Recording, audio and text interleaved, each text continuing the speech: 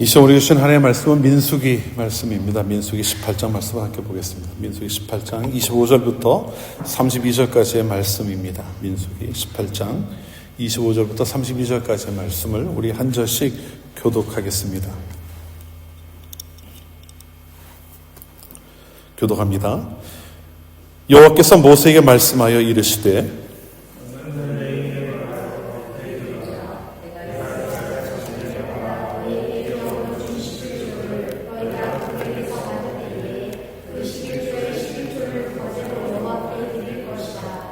내가 너희의 거제물을 타작 마당에서 드리는 곡물과 포도즙 틀에서 드리는 즙같이 여기리니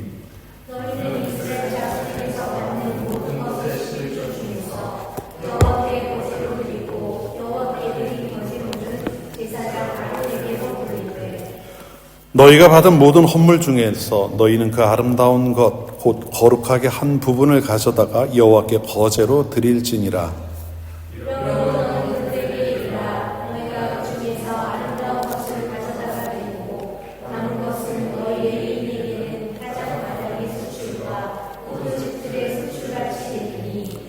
너희와 너희의 권속이 어디서든지 이것을 먹을 수 있음은 이는 회막에서 일한 너희의 보수임이니라.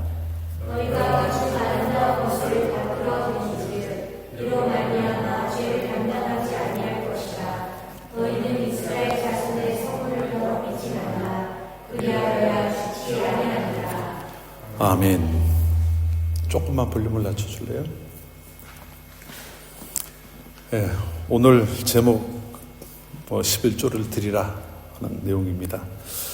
11조라고 하는 게 참 어떤 이들에게는, 교회 안에 있는 어떤 이들에게는 좀 이렇게 많은 생각을 하게 하는 그런 부분인 것 같아요. 오늘 우리가 마치 읽어나가는 말씀 가운데 그러한 내용이 좀 있어서 여러분과 함께 이 말씀 좀 나누려고 합니다. 우리는 지난주 가데스 바네아에서 이제 가나안 목전까지 갔다가 다시 광야로 돌아서는 이스라엘 백성에 대한 이야기를 나눴습니다. 가나안에 정탐꾼을 보냈죠. 12명의 정탐꾼을 보내고 40일 동안 그 땅을 돌아보게 했는데 정탐을 갔던 이들이 좋은 소식 한 가지와 안 좋은 소식 한 가지를 같이 가지고 와요.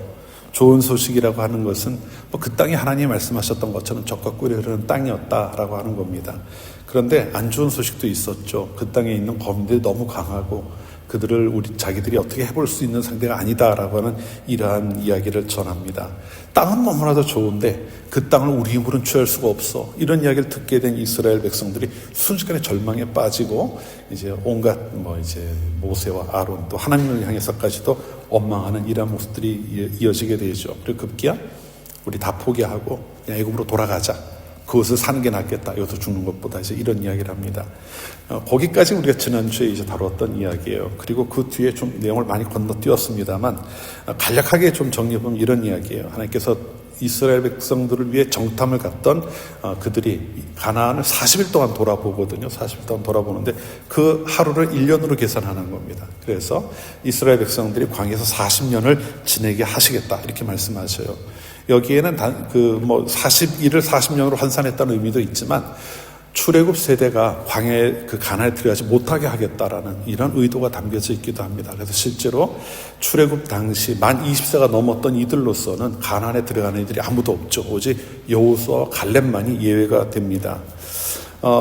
그 나머지 사람들, 그러니까 20세가 넘어서 출애굽했던 사람들은 광야를 이렇게 떠도는 사이에 다 세상을 떠나게 될 것이다. 이렇게 말씀을 합니다. 상황이 이렇게 되니까 이스라엘이 뒤늦게 아차했어요. 이게 아닌데 이제 제정신이 좀 든 거죠. 그래서 이미 하나님이 말씀하신 이후에 자기들끼리 한번 가서 가나안을 이제 정복해 보겠다 올라갔다가 대패를 합니다. 그리고 결국 광야로 나오게 되죠. 15장 이후에는 이렇게 광야로 나온 이스라엘 백성들에게 하나님께서 말씀하시는 내용이 기록되어 있어요. 그리고 16장에는 하나님께서 제사장으로 세운 모세가 아닌 이제 모세 형이죠. 제사장으로 세운 아론에 대해 반기를 드는 고라와 그의 일당들에 대한 이야기가 나오는데 고라는 지난번에 말씀드렸지만 모세와 아론과는 사촌지간이에요. 그런데 이제 너만 제사장을 하느냐, 왜 꼭 특별한 역할을 하냐 하면서 반란을 일으킵니다. 반기를 들었다가 그걸 하나님이 해결하시는 내용이 나와요. 이런 부분들은 이제 저희가 지난번에 다뤘던 내용도 좀 겹치기도 하고 해서 좀 넘어갑니다. 중요하지 않기 때문이 아니라 작정한 시간 안에 민수기를 이렇게 나면 다 못 나갈 것 같아서 조금씩 건너뛰면서 나가는 거 있는 거예요. 오늘 이제 본문인데요. 오늘 본문에서 어떤 이야기를 하고 있는지 좀 함께 생각해 보겠습니다. 18장 우리가 뒷부분 맨 마지막 한 부분만 읽었는데 앞부분도 쭉 읽어오면 사실 여기에서는 레위인들에 대한 이야기를 계속하고 계셔요. 레위인이 어떤 일을 하느냐, 그들은 어떤 것을 자기의 몫으로 받아야 되느냐, 뭐 이런 이야기들을 합니다. 제사장도 마찬가지고요. 그런 일들을 쭉 해나가고 계시는데 그중 맨 마지막에 그들이 수입을 거둔 것들 중에 하나님께 드려야 하는 11조라고 하는 부분에 대해서 말씀하고 계시는 것이죠. 자, 지금 상황을 쭉 말씀드린 데는 이런 이유가 있어요. 이 11조라고 하는 게 사실 굉장히 중요한 부분이에요. 이스라엘의 어떤 그 시스템을 유지하기 위해서는 꼭 필요한 부분이기는 합니다. 그런데 지금 이들이 처한 상황이 이걸 꼭 이야기해야 될 상황은 아닌 것처럼 보이기도 해요. 왜냐하면 지금 아까 말씀드렸던 것 지금 상황이 어떤 때입니까? 이스라엘이 가나안에 들어가려고 하다가 거기서 다시 돌아서 광야로 나가는 시점이에요. 그러니까 지금 그 상황은 11조로 이야기할 만한 그런 상황은 사실 아닌 것처럼 보인다는 거죠. 그렇게 소망하던 가나안에 들어왔어요. 아니 거기 들어갔다면은 거기서 이제 농사를 짓고 자기네 소출을 거두고 하면은 11조를 거두는 것이 이해가 되는 내용 아니겠습니까? 그뿐만 아니라 레위인도 마찬가지입니다. 레위인은 어때요? 지금 오늘 본문은 레위인에게 너희가 받은 11조에 또 11조를 드리라 이런 이야기인데, 자, 레위인들을 한번 생각해 봅시다. 이들은 하나님을 섬기는 일에 전념하는 사람들이에요.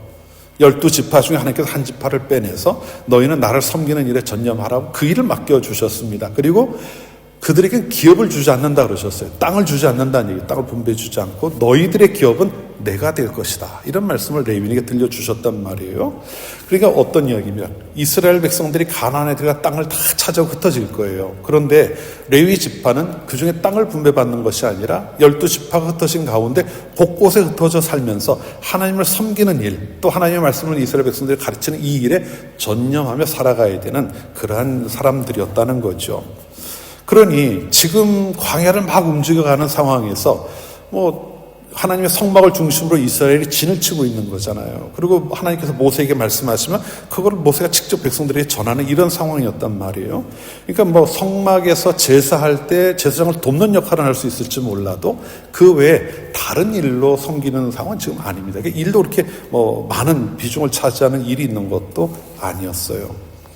그런데 왜 오늘 이 말씀 속에서 이들의 몫에 대해서 또 이들이 받을 몫에 대한 11조까지 말씀하고 계시느냐 하는 거죠.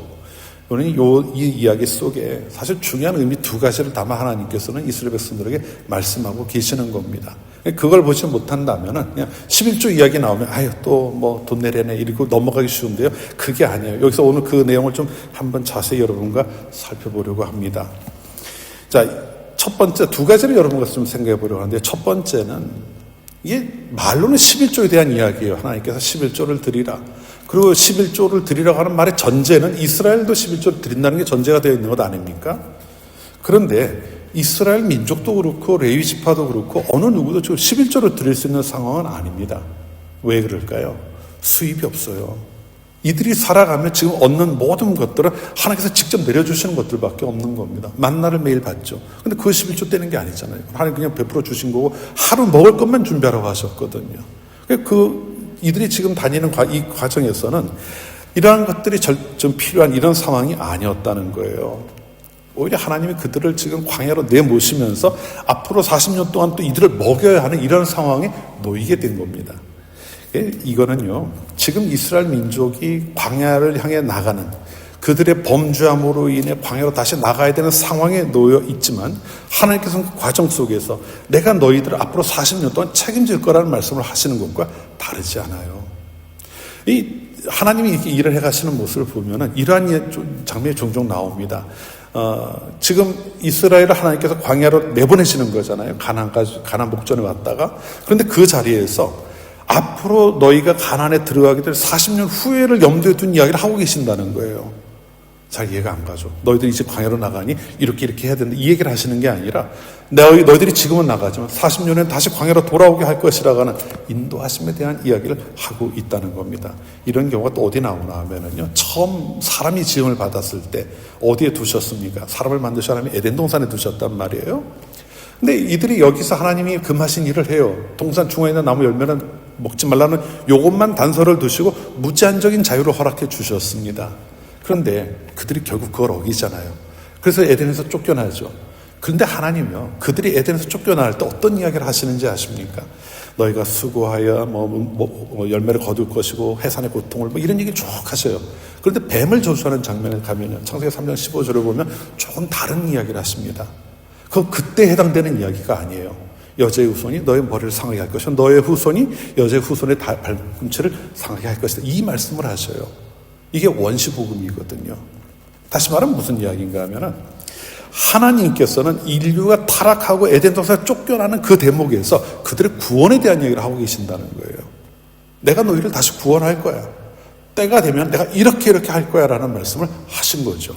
그리고 그게 예수님의 십자가 사건을 통해서 실제로 성취되는 것 아닙니까?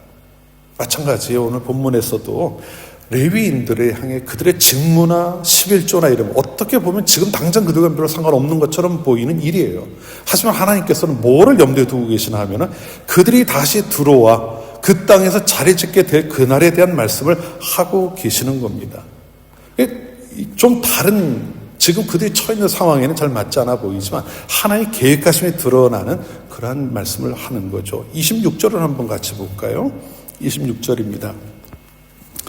자, 내가 이스라엘 자손에게 받아 너희에게 기업으로 준 11조를 너희가 그들에게서 받을 때에 그 11조의 11조를 거제로 여호와께 드릴 것이라, 이렇게 말씀하고 있습니다. 전제가 하나 있어요. 여기에는 하나님께 11조를 드리라고 하는 이 말에 앞서는 전제가 있는 게 뭡니까? 너희가 11조를 받을 때예요. 그러니까 이 말은 뭔가 하면 이스라엘 민족이 가나안에 들어가서 땅을 차지하고 각자 자기 땅에서 농사지어 소출을 거두게 되면 그 11조를 떼서 레위인들에게 주는 겁니다. 그럼 레위인들이 그 11조를 받아서 그 중에 또 11조를 하나님께 드리라는 이야기를 하고 있는 거예요. 그러면 앞에 전제가 뭐예요? 이스라엘 민족이 들어가서 농사 짓는 상황이 된다는 걸 이야기하는 거죠. 그래서 거기 보면은 너희가 그들에게서 받을 때라고 하는 그 날에 대한 말씀을 하고 계시는 거예요. 이스라엘이 가나안에 들어가게 되었을 때, 그리고 그곳에 정착하게 되었을 때 이루어질 일들에 대한 말씀을 하고 있는 것이죠. 그게 이런 겁니다. 이스라엘이 지금 겉으로 보이는 현상은 이스라엘 광야를 다시 나가고 있어요. 그런데 하나님은 그들을 광야로 인도해 가시면서 그들에게 무엇을 말씀하시나 하면 너희가 장차 들어와 이 땅에서 자리를 차지하고 그 땅에서 살아가게 됐을 때 이것을 기억해야 한다는 말씀을 하고 있는 겁니다. 그럼 여러분, 이게 단순히 이스라엘 백성들에게 너희가 40년을 이렇게 해야 돼 이야기를 하시는 걸까요? 그게 아닙니다. 이거는요, 하나님께서 그들을 광야로 나가고 있는 그 상황에서 내가 너희를 반드시 지키고 이 자리로 다시 돌아오게 해서 그 땅을 약속대로 줄 것이라고 하는 그 말씀을 들려주고 있는 거예요. 그러니까 이게 하나님 광야로 내보내시면서 돈 내라고 하십니까? 라는 이야기가 아니는 겁니다. 내가 40년 후에 너희를 다시 이것으로 돌아오게 할 것이다라는 그 약속을 확인하고 하나님의 의지의 표현인 거예요. 근데 여러분 생각해 보시죠. 40년에 돌아올 때 그들이 몰골이 많이 아닌 처참한 상황에서 돌아오면은 그건 또 말이 안 되잖아요. 그죠? 이제 우리가 보면 이제 반항하겠습니다만은 민수기 1장에서 그 이스라엘 민족 전체의 백성의 숫자를 세요. 그리고 뒤에 가서 가나안에 들어가기 직전 한번 또 셉니다. 근데 숫자에 거의 변함이 없어요. 60만이 조금 넘는 숫자 그대로 유지되죠. 이러한 것을 보면은 하나님께서 그들을 돌아오게 하시겠다는 이 말씀 속에는 단순히 그들이 40년에 이 땅으로 돌아오게 하실 거라는 걸 넘어서서 앞으로 40년 동안은 내가 너희들을 책임지고 이끌어갈 것이라는 그 말씀을 들려주는 것이기도 한 것이죠. 11조라는 게 갖는 의미가 사실 그런 의미가 담겨져 있는 거예요. 그렇다면 여러분, 오늘 우리에게 있어 11조는 어떤 의미를 가질까요? 지금 우리도 11조로 하는 것이 한국교회에서 많이 이제 화제가 되는 이런 내용 아니겠습니까? 우리도 사실 다르지 않아요. 우리가 하나님 앞에 11조를 드린다고 하는 것은요, 내가 너의 모든 필요를 책임지고 감당하고 채워줄 것이라는 그 약속 안에서 우리가 감당해 나가고 있는 겁니다. 하나님이 내가 너에게 너희는 이만큼을 내야 돼 이걸 강요하는 게 아니라 내가 너희 모든 것을 책임지고 인도해 갈 것이니 너희는 그 인도함 속에서 거하며 하나님이 베푸시는 일을 누리라는 말씀을 들려주고 있는 겁니다. 그런데 우리가 알긴 하지만요, 이게 참 쉬운 일은 아니에요. 실제로 많은 성도들이 이 부분에서 고민을 합니다. 적지 않은 거거든요. 내가 한 달에 내가 벌어들이는 수입이 요만큼 있는데 그 10분의 1을 하나님 앞에 드리라고 한다면은 그걸 어떻게 감당을 할까? 10분의 1 엄청 크지 않습니까? 사실 세상의 계산법엔 맞아요. 10% 세금 내라 그러면 아마 난리가 날 겁니다. 근데 여러분, 하나님께서 우리를 시험하려고 하시는 게 결코 아니라는 거예요. 이거는 내가 너희에게 필요한 것들을 채워갈 것이고 11조를 제외하고 부족하다면 내가 그것도 채울 것이라는 의미를 담고 있는 건 아니겠느냐는 거예요. 제 친구 목사님이 한번 이런 이야기를 하더라고요. 아들 하나, 딸 하나가 있는데 그 아들들하고 이제 자녀들하고 이야기를 하다가 이제 유로에서 목회하시는 목사님이니까 항상 재정적으로 좀 이제 쪼들리고 이런 부분이 있었어요. 근데 그런 이야기를 하다가 아이들한테 그런 이야기를 했대요. 야, 이제 너희들이 이제 좀 잘해서 직장 구하고 하면은 너희들 매달 아빠한테 한 2,000유로씩 보내야 돼. 이제 이렇게 얘기를 했다 그래요. 그러니까 아들이 생각해 보니까 이거 2,000유로면 얼마예요? 내가 나가서 초봉을 받으면 한 2,000유로 세금 빼고 받을 텐데 2,000유로를 내라 그러면 달라고 하면 어떻게 하는 거지? 그리고 이제 그 누나랑 이제 이야기를 했대요. 야, 누나 우리가 버는 거 다 드려야 되게 생겼네. 이제 이런 이야기를 했답니다. 근데 그 목사님이 좀 답답했나 봐요. 그들은 아이들한테 이렇게 얘기했대. 야, 이놈아, 내가 2,000유로를 보내라고 하면은 너희가 그걸 보내고도 넘치도록 남을 만할 때 보내라는 얘기지. 니들 있는 거 다 보내라는 얘기겠냐. 생각은 그런데 희망상이 그런 거죠. 너희가 좀 많이 벌고 아빠한테 그만큼을 도와줘도 부족함이 없는 삶을 사는 그런 삶을 위해 기도하겠다는 이야기를 하는 건데 아들이 그 이야기 들을 땐 그게 아닌 거죠. 자기가 가늠해 보니 이건 말이 안 되는 거 아니겠습니까? 이제 그런 이야기를 한번 들은 적이 있어요. 근데 사실 이게요, 그 아들만의 이야기는 아닌 것 같아요. 많은 성도들이 실제 하나님 앞에서 이러한 모습을 보이고 있지 않나 싶습니다. 왜 그럴까요? 내가 지금 가지고 있는 것, 내가 벌어들이고 있는 이것들이 내 수고를 통해서 얻는 결과라고 하는 생각 이상을 하지 못하는 거죠. 하나님의 채워주심이라는 생각을 하지 못하고 내가 이만큼 이래서 이만큼 벌었으니 내가 살아갈 때 이게 필요한 것 아니냐, 여기에 생각이 머물러 있기 때문에 11조로 가는 게 결코 넘어가기 쉽지 않은, 너무나도 어려운 그런 어떤 장애물이 될 수밖에 없는 것 같아요. 저는 종종 그런 이야기를 합니다. 아마 아는 분들도 있지만 우리가 이제 살아가면서 믿음의 정도를 측정할 수 있는 뭔가 이렇게 게이지 같은 게 있으면 좋겠다. 손오공이 이렇게 눈에 썼던 것처럼 전투력 측정하는 이런 것처럼 있으면 얼마나 좋을까 하는 이제 생각을 가끔 해봅니다. 그런데 세상에 그런 거 없죠. 이 어떻게 보면 다행이에요. 아무도 드러나지 않으니까요. 그런데요, 절대적인 건 아닙니다. 이게 꼭 그렇다고 이야기할 수는 없지만 조금은 가늠해 볼 수 있는 부분이 사실 11조가 아닌가 하는 생각이 들어요. 물론 11조를 드린다고 해서 그의 신앙이 완벽하다고 이야기할 수 있는 건 아닙니다. 얼마든지 다른 목적을 가지고 하는 이들도 있기 때문에 그래요. 하지만 적어도 하나님을 향한 마음이 깊어지고 있다고 한다면은 그것에 대한 11조를 드린다는 것에 대한 생각도 함께 변해갈 수 있는 여지가 있는 부분이 아닌가 싶어요.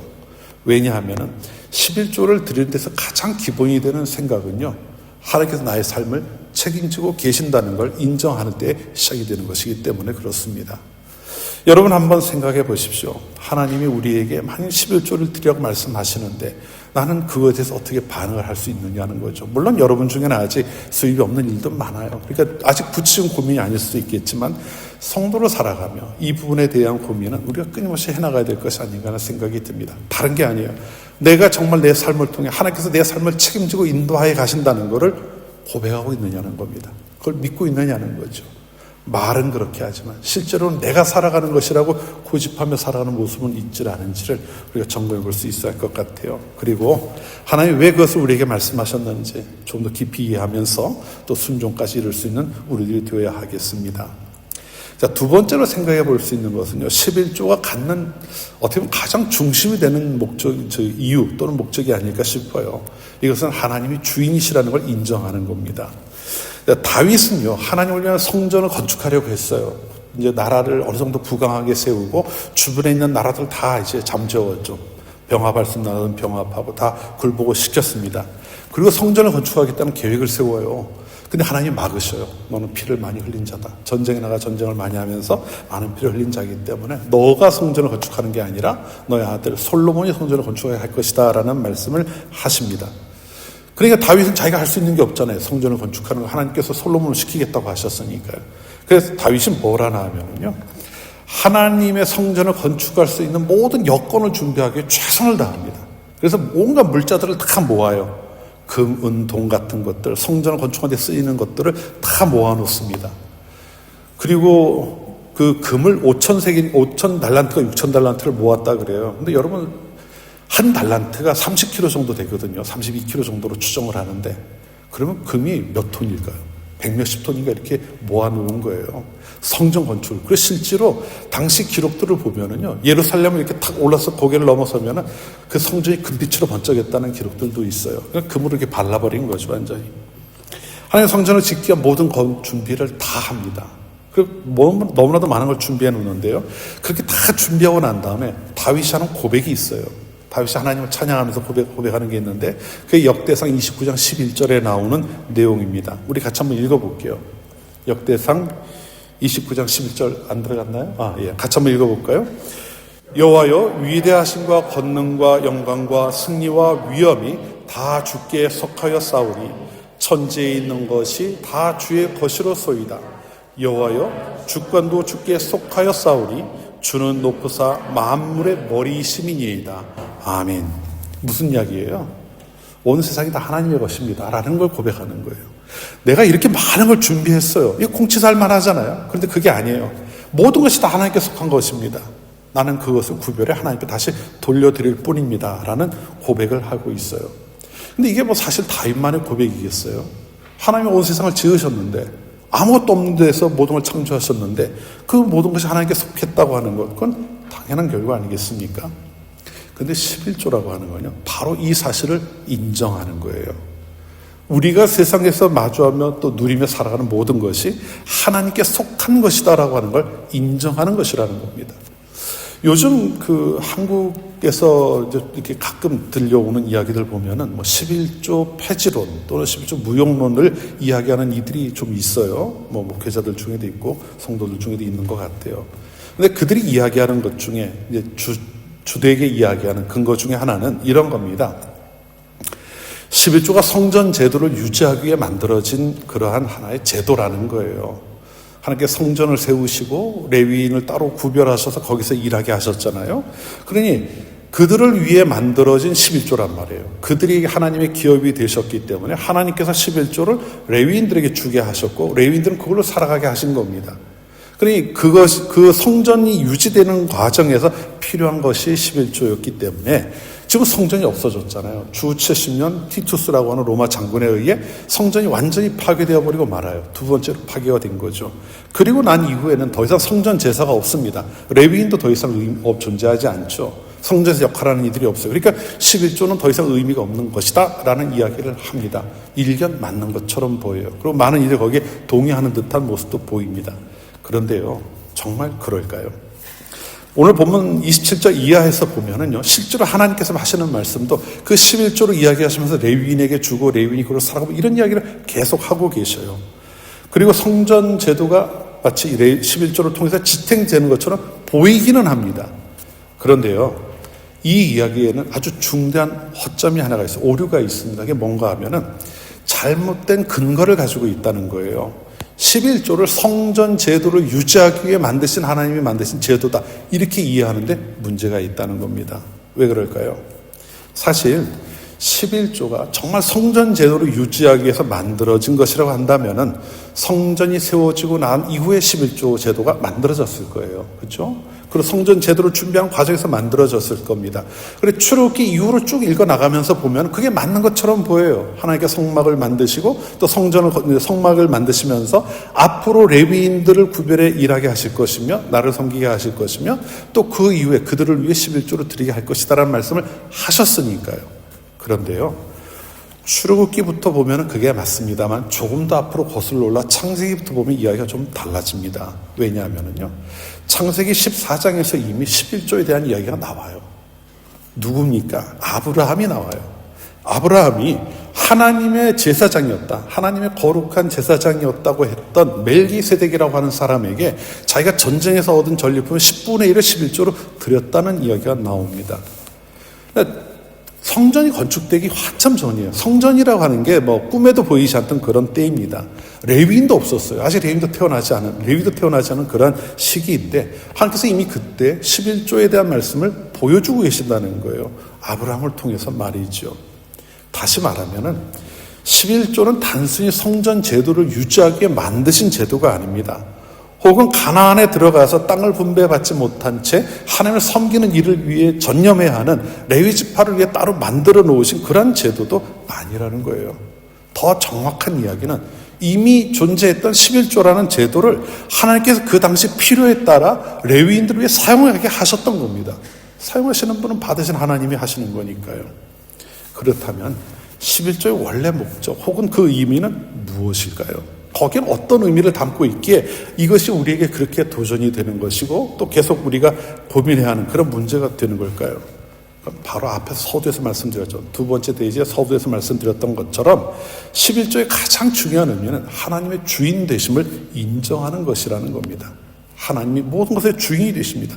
내가 지금 받은 것도 하나님께 받은 것이고 하나님께서 허락하신 겁니다를 인정하는 그 방법이 바로 11조라는 제도인 거예요. 여러분 사실 생각해 보십시오. 얼마나 많은 것 우리가 누리며 살아갑니까? 정말 뭐 우리 중에는 아주 거부들도 많잖아요. 일론 머스크 같은 이런 사람들도 있지 않습니까?